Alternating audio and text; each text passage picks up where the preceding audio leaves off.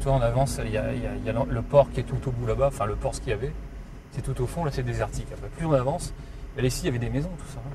Là ici, tout ça c'est parti. Hein.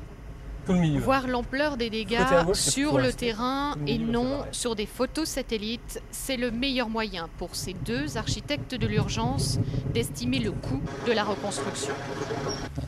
Immense chantier, cimetière. Le Pour avoir quartier un de truc pareil, Meraska, faut qu'il y ait en vraiment bord de mer, a été rasé par les effets conjugués du tremblement de terre et du raz-de-marée. Dans un autre quartier résidentiel, les maisons sont encore debout. Ce professeur d'économie a échappé au tsunami parce qu'il dormait au premier étage.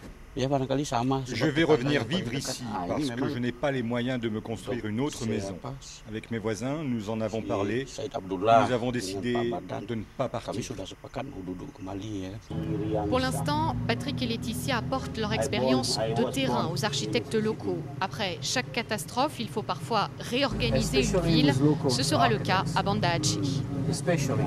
Il va falloir reconstruire des quartiers entiers.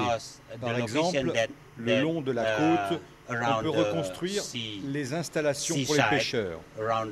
Mais il est impossible de construire des maisons d'habitation et des quartiers résidentiels. C'est trop dangereux.